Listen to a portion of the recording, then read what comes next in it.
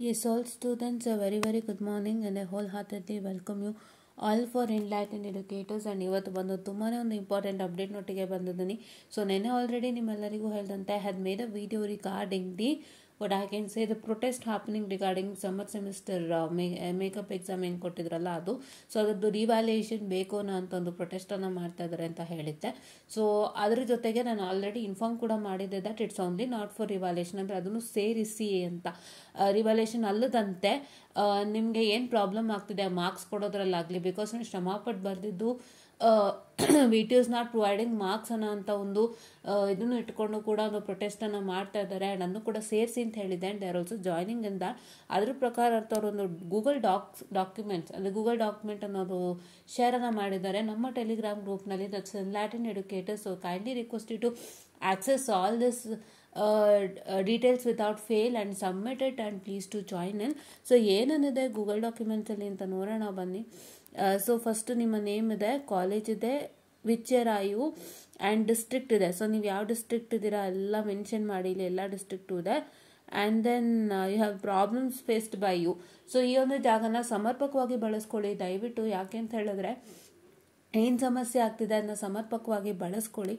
ಏನು ಸಮಸ್ಯೆ ಇದೆ ಅನ್ನಲ್ಲಿ ಹೇಳ್ಕೊಳ್ಳಿ. And are ready to join for the protest. ಎಷ್ಟಿದ್ರೆ ಓಕೆ, ನೋ ಇದ್ರಲ್ಲ. ಆ್ಯಂಡ್ ಕಾಂಟ್ಯಾಕ್ಟ್ ನಂಬರ್ ನಿಮ್ಮದು ಕೊಡಿ. And please join together. Your stand decides your features. It stands for fairness, demand, justice. Okay. So engineering students demand carry over and transparent evaluation. So idondiದೆ. And fair marks for honest effort. No more flaws in evaluation. Carry over now. Don't deny our rights. Engineering students deserve justice. Justice for engineering students. Date is 24/10/2025. Venue Freedom Park, Bengaluru, SF5 from Student Federation of India. Okay, Karnataka state committee. C ಏನು ಗೊತ್ತಾ, ಒಂದು ನಾನು ಹೇಳಕ್ಕೆ ಬಯಸೋದು ಇಲ್ಲಿ ನಿಮ್ಮದು ತಪ್ಪಿರಬಹುದು, ನಿಮ್ಮದು ತಪ್ಪಿದೆ already, because ನೀವು 7 ಚಾನ್ಸಸ್ ತೊಗೊಂಡಿದ್ದೀರಿ, ಕರೆಕ್ಟ್ ಅಲ್ವಾ? ಆದರೆ ನೀವು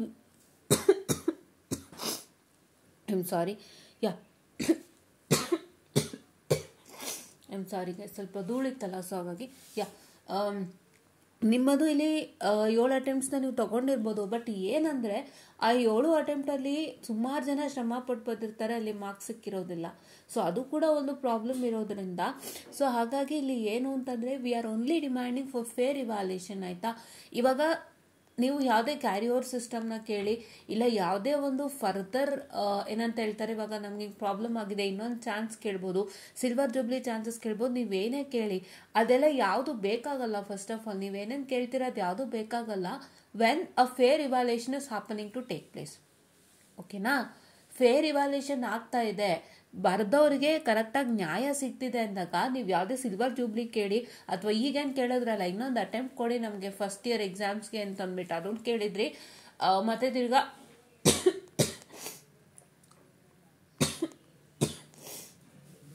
ಸಾರಿ ಗೈಸ್, ಕ್ಯಾರಿ ಓವರ್ ಕೇಳ್ತಿದ್ದೀರಿ ಅಲ್ಲ, ಅದು ಯಾವುದು ನೀವು ಕೇಳೋ ಅವಶ್ಯಕತೆನೇ ಬರಲ್ಲ. If this evaluation is a fair one, ಅವಾಗ ತುಂಬ ಜನ ಕರೆಕ್ಟಾಗಿ ಪಾಸ್ ಆಗಿಬಿಡ್ತಾರೆ. ಯಾರ್ಯಾರು ಬರೆದಿದ್ರು ನ್ಯಾಯವಾಗಿ ಅವ್ರು ಕರೆಕ್ಟಾಗಿ ಪಾಸ್ ಆಗಿಬಿಡ್ತಾರೆ. And they don't need any other assistance or any other such kinds of things ಅಲ್ವಾ? ಸೊ ಹಾಗಾಗಿ ಇವತ್ತು ಈ ಏನು ಪ್ರೊಟೆಸ್ಟ್ ನಡೀತಿದೆ 24th, this is all for fair evaluation. ಆಯಿತಾ? Fair evaluation. So carry over and transparent evaluation. ಈಗ ಆಗಿರೋ ಸಮಸ್ಯೆಗೆ ಒಂದು ಇವರು ಕ್ಯಾರಿ ಓವರ್ ಕೊಡಬೇಕಾಗುತ್ತೆ, ಇಲ್ಲ ರಿವ್ಯಾಲ್ಯೂಯೇಷನ್ ಇಡಬೇಕಾಗುತ್ತೆ. And in future one whose writing the exam, ಯಾರು ಶ್ರಮ ಪಟ್ಟು ಬರೀತಾರೆ ಅವ್ರಿಗೆ ನ್ಯಾಯಯುತವಾಗಿ ಮಾರ್ಕ್ಸ್ ಸಿಗಲಿ ಅನ್ನೋಂಥದ್ದು ಹೋರಾಟ. ಸೊ ಈ ಒಂದು ಹೋರಾಟಕ್ಕೆ 100% ನನ್ನದೊಂದು ಬೆಂಬಲ ಇದೆ.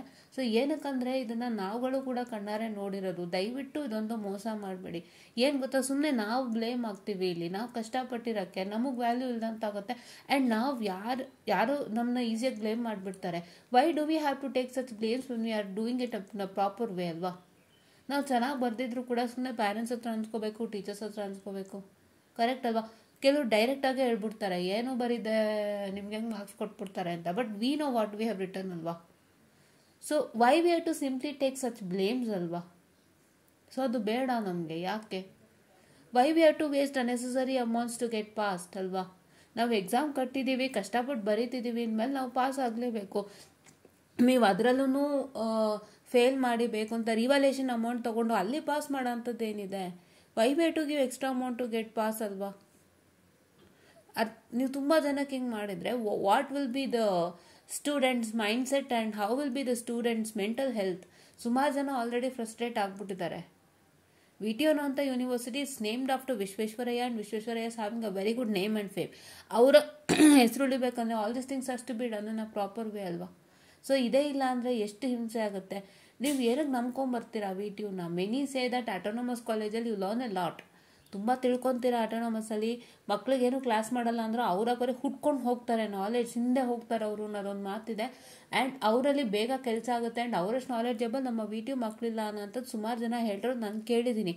ಬಟ್ ಸುಮಾರು ಜನ ಏನು ಹೇಳ್ತಾರೆ, VTUs people are getting more hired because VTU people are very strong in writing exam, because autonomous ಲಾದರೆ ಅವರೇ ಕ್ವಶನ್ಸ್ ಕೊಡ್ತಾರೆ, ಅದೇ ಕ್ವಶನ್ಸ್ನ ಎಕ್ಸಾಮಲ್ಲಿ ಬರೀತಾರೆ, like giving questions and practising the same question and writing the answer in the exam.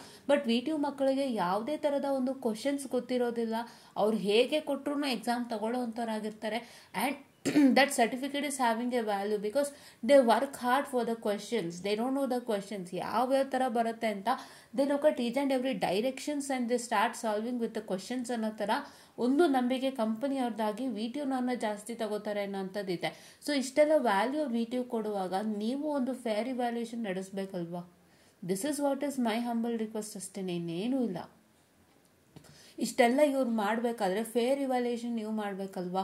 ಇಲ್ಲಿ ಏನಾಗ್ತಾ ಇದೆ ಅಂದರೆ this is all even depending upon teachers to.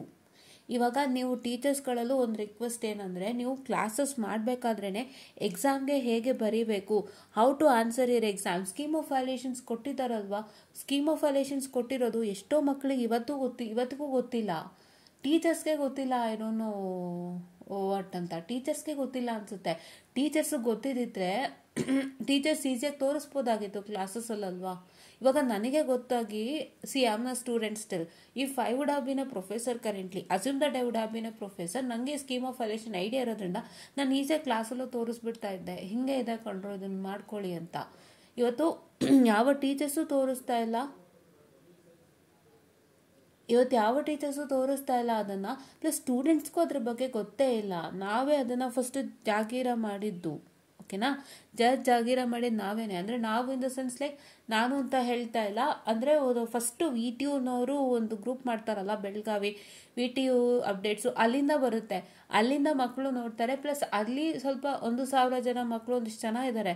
So ಆ ಮಕ್ಕಳ ಜೊತೆಗೆ ನಮ್ಮ ಸ್ಟೂಡೆಂಟ್ಸ್ಗೂ ನಾವು ಇಂಪ್ಲಿಮೆಂಟ್ ಮಾಡಿದ್ವಿ ಇಲ್ಲಿ. So we are working hard. ನಾನಷ್ಟೇ ಅಲ್ಲ, ಸುಮಾರು ಜನ ಇದನ್ನು ಜಾಹೀರ ಮಾಡಿದ್ದಾರೆ. ಸೊ ಅವ್ರು ಬಿಟ್ಟರೆ ನಾನೇ ಮಾಡಿದ್ದು. ಓಕೆನಾ, ನಾನೇ ಅದನ್ನು ಯೂಟ್ಯೂಬಿಗೆ ತಂದಿದ್ದು. ಯಾಕೆಂದರೆ ಯೂಟ್ಯೂಬಿಗೆ ತರೋದಷ್ಟು ಈಸಿ ಅಲ್ಲ. ಸ್ಕೀಮ್ ಆಫ್ ವ್ಯಾಲ್ಯೂಯೇಷನ್ ಅಂದರೆ ಅದನ್ನು ನಾವು ಯೂಟ್ಯೂಬಿಗೆ ಬಿಟ್ಟು ವೀಡಿಯೋ ಮಾಡಿ ಅದ್ರ ಬಗ್ಗೆ ಕಾಮೆಂಟ್ ಹಾಕುವಾಗ ಒಂಚೂರು ಏನಾದರೂ ಯಾರಾದರೂ ಪ್ರಶ್ನೆ ಮಾಡ್ಬೋದು. ಆ ಥರ ಭಯ ಇಟ್ಟುಕೊಂಡು ಕೂಡ ನಾವು ಮಾಡಿದ್ವಿ. ಇವತ್ತು ಯಾರೂ ಪ್ರಶ್ನೆ ಮಾಡಿಲ್ಲ. ಅದು ನಾವು ಶೇರ್ ಮಾಡಿದ ಮಕ್ಳಿಗೆ ಯೂಸ್ ಆಗಲಿ ಅಂತ. ನೀವು ಅದನ್ನ ಇಟ್ಕೊಂಡು ಹೆಂಗೆ ವೀಡಿಯೋ ಮಾಡಿದ್ರಿ ಅಂತ ಯಾರು ಕೇಳಿದ್ರೆ ನನಗೆ ಯೋಚನೆ ಇತ್ತು. ಬಟ್ ನಾನು ಆ ಭಯ ಬಿಟ್ಟು ಮಾಡಿದ್ದೀನಿ. ಇಷ್ಟೆಲ್ಲ ನಾವು ಜಾಗೀರ ಮಾಡಿದ್ದೀವಿ. ಸೊ ಏನಂದರೆ ಒಂದು ಜ್ಞಾಪನದಲ್ಲಿ ಇಟ್ಕೊಳ್ಳಿ, ಯಾವುದೇ ಟೀಚರ್ಸ್ ಆದರೂ ಕೂಡ ಎಕ್ಸಾಮ್ ಹೇಗೆ ಬರೀಬೇಕು ಆನ್ಸರ್ಸ್ನ ಅಂತ ಮಕ್ಳಿಗೆ ಟ್ರೈನ್ ಅಪ್ ಮಾಡಿ. ನೀವು ಅಲ್ಲಿಂದ ಟ್ರೈನ್ ಅಪ್ ಮಾಡಿದಾಗ ಮಕ್ಕಳು ಅದೇ ಬೇಸಿಸ್ನ ಫಾಲೋ ಮಾಡ್ತಾರೆ. And that training should be also good. ಆ ಟ್ರೈನಿಂಗೂ ಗುಡ್ ಇದ್ದಾಗ ಮಕ್ಕಳು ಅದನ್ನೇ ಫಾಲೋ ಮಾಡ್ತಾರೆ, ಅದನ್ನೇ ಎಕ್ಸಾಮಲ್ಲಿ ಬರೀತಾರೆ. ಅವಾಗ ಅವ್ರು ಫೇರಾಗಿ ಮಾರ್ಕ್ಸ್ ಸಿಗುತ್ತೆ. ಹೌದಲ್ವಾ? ಅದನ್ನು ಕೂಡ ಟೀಚರ್ಸು ಮಾಡಬೇಕು. ಆ್ಯಂಡ್ ಇಲ್ಲಿ ವ್ಯಾಲಿಡೇಟ್ ಮಾಡೋ ಟೀಚರ್ಸು ಕೂಡ ಮಕ್ಕಳು ಶ್ರಮ ಪಟ್ಟು ಬರ್ದಿದ್ರೆ ಅದು ಖಂಡಿತ ಮಾರ್ಕ್ಸ್ ಕೊಡಿ. ಯಾಕದು ಕೊಡೋಲ್ಲ ನೀವು ಮಾರ್ಕ್ಸ್ನ? ಏನು ಇಟ್ಕೊಂಡು ನೀವು ಮಾರ್ಕ್ಸ್ನ ಇಟ್ಕೊಂಡು ನೀವೇನು ಮಾಡ್ತೀರಿ ಸ್ಟೂಡೆಂಟ್ಸ್ದು ಅಲ್ವಾ? ಸುಮಾರು ಜನ ನೋಡಿ, ಶ್ರಮಿಕರು ಸುಮಾರು ಜನ ಹೋರಾಟ ಮಾಡ್ತಿದ್ದಾರೆ. ಇಷ್ಟು ದೊಡ್ಡ ಹೋರಾಟದ ತನಕ ತಂದ್ಕೊಂಡಿದ್ದೀರಿ ಅಂದರೆ ಎಷ್ಟು ಬೇಜಾರಾಗುತ್ತೆ. ನನಗೆ ಹೋರಾಟ ಮಾಡಬೇಕು, ಒಂದು ಸೋಷಿಯಲ್ ಸರ್ವಿಸ್ ಮಾಡಬೇಕು ಅನ್ನೋ ಆಸೆ ತುಂಬ ಇದೆ. ನಾನು ಅದಕ್ಕೋಸ್ಕರ ಇದು ಫಸ್ಟು ಪ್ರೊಟೆಸ್ಟ್ಗೆ ನಾನು ಸಪೋರ್ಟ್ ಮಾಡ್ತಾ ಇದ್ದೀನಿ. ಏನಕ್ಕೆ ಅಂದರೆ ಒಂದು ಒಳ್ಳೆಯದಕ್ಕೋಸ್ಕರ, ಒಳ್ಳೆ ಕಾಸ್ಗೋಸ್ಕರ ಅಲ್ವಾ. ಈ ಪ್ರೊಟೆಸ್ಟ್ನಲ್ಲಿ ನೀವು ಯಾರನ್ನೇ, ಒಂದಿಷ್ಟು ಜನ ಪೊಲೀಸು ಬರ್ತಾರೆ, ಕೆಲವು ಪ್ರೊಟೆಸ್ಟ್ ನಡಿಬೇಕಾದ್ರೆ ಪೊಲೀಸ್ ಬರೋ ಅಂಥದ್ದು, ಅವ್ರುಗಳನ್ನ ಒಂದು ಸ್ವಲ್ಪ ಒಳಗೆ ಹಾಕೊಳ್ಳೋ ಅಂಥದ್ದು, ಅಂದರೆ ಲಾಕ್ ಮಾಡೋ ಅಂಥದ್ದು. ಪೊಲೀಸ್ನವರು ಇವಾಗ ಎಷ್ಟೋ ಪೊಲಿಟಿಕಲ್ ಪಾರ್ಟೀಸೇ ಪ್ರೊಟೆಸ್ಟ್ ಮಾಡುವಾಗ ಪೊಲೀಸ್ನವರೇ ಬಂದು ಅರೆಸ್ಟ್ ಮಾಡ್ಕೊಂಡು ಹೋಗೋವಂಥದ್ದು ಇರುತ್ತೆ. ಈ ಥರದ್ದೆಲ್ಲ ಇರುತ್ತೆ ಒಂದಿಷ್ಟು ನಾವು ನೋಡಿದ್ದೀವಿ. ಸೊ ಆ ಥರ ನೀವೇನು ಮಾಡಿದ್ರೂ ಸತ್ಯ ಅಂತೂ ಸುಳ್ಳಾಗಕ್ಕೆ ಚಾನ್ಸೇ ಇಲ್ಲ. ಆ್ಯಂಡ್ ಈವನ್ ಏನಂದರೆ ಇದು 200% ಫ್ಯಾಕ್ಟು. ಆ್ಯಂಡ್ ಈವನ್ ಇದು ಖಂಡಿತ ನ್ಯಾಯ ಸಿಕ್ಕಲೇಬೇಕು. ಸೊ ನ್ಯಾಯಕ್ಕೋಸ್ಕರನೇ ಮಕ್ಕಳು ಹೋರಾಡ್ತಿದ್ದಾರೆ. ನೀವು ದಯವಿಟ್ಟು ಒಂದು ನ್ಯಾಯವನ್ನು ಕೊಡಿಸೋ ಅಂಥ ಒಂದು ಪ್ರಯತ್ನ VTU ಕಡೆಯಿಂದ ಮೇನಾಗಿ ಆಗಲೇಬೇಕು. ಕರೆಕ್ಟ್ ಅಲ್ವಾ? ವಿಡಿಯೋ ಕಡೆಯಿಂದನೂ ಮೇಯ್ನಾಗಿ ಆಗದಂತೆ ಈ ಈ ಥರ ಮಕ್ಕಳುಗಳನ್ನು ಹಿಂಗೆ ಕಷ್ಟಕ್ಕೆ ದೂಡಿದ್ರೆ ಎಷ್ಟು ಹಿಂಸೆ. ಎಷ್ಟೋ ಮಕ್ಕಳು ಇವತ್ತು ಮನೇಲಿ ಕೂತಿದ್ದಾರೆ, ಅವರೆಲ್ಲ ಹಾಕಿರೋ ಶ್ರಮ ಅವ್ರಿಗೆ ಗೊತ್ತು.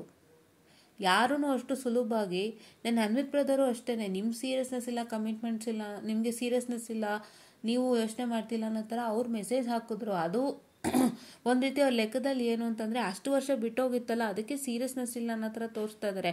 ಬಟ್ ಒಂದು ಲಾಸ್ಟ್ ಚಾನ್ಸ್ ಅಂತ ಕೊಟ್ಟಾಗ ಯಾರಾದರೂ ಅದನ್ನ ಬಳಸ್ಕೊಳ್ದೇ ಇರೋಕ್ಕೆ ಸಾಧ್ಯನಾ? ಎಲ್ಲರೂ ಬಳಸ್ಕೊತಾರೆ, ಎಲ್ಲರೂ ಅಚ್ಚುಕಟ್ಟಾಗಿ ಮಾಡಿರ್ತಾರೆ. ಆ ಒಂದು ನಿಟ್ಟಿನಲ್ಲಿ ಇವರು ಒಂದಿಷ್ಟು ಒಳ್ಳೆಯ ರೀತಿಯಿಂದ ರಿಸಲ್ಟ್ಸ್ ಕೊಡಬೇಕಾಗಿತ್ತಲ್ವಾ? ಕರೆಕ್ಟ್ ಅಲ್ವಾ? ಸೊ ಅದನ್ನು ಮ್ಯಾಟರ್ ಇದೆ. ಸೊ ಈ ಒಂದು ಪ್ರೊಟೆಸ್ಟ್ನ